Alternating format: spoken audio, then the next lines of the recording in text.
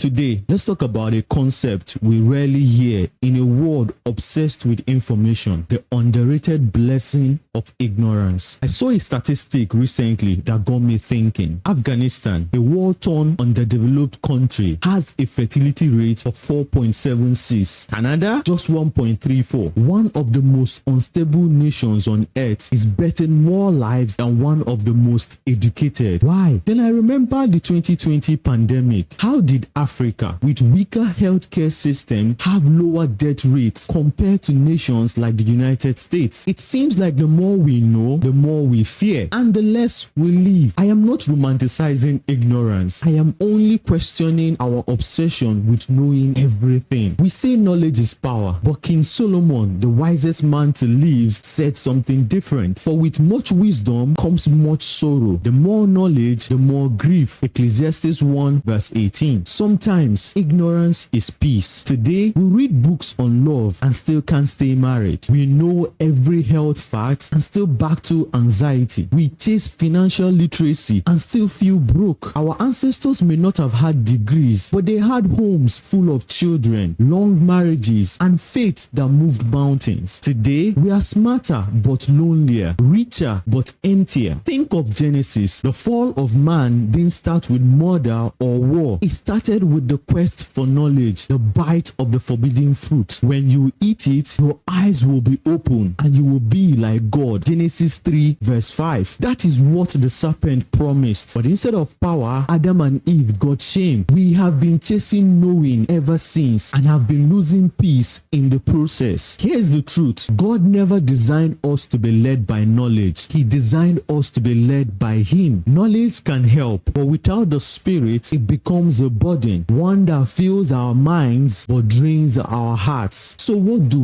We return to dependence on God, to spiritual discernment, to a life led not by knowing everything but by trusting the one who does. My name is Ike Ojibe, and this is my unsolicited advice.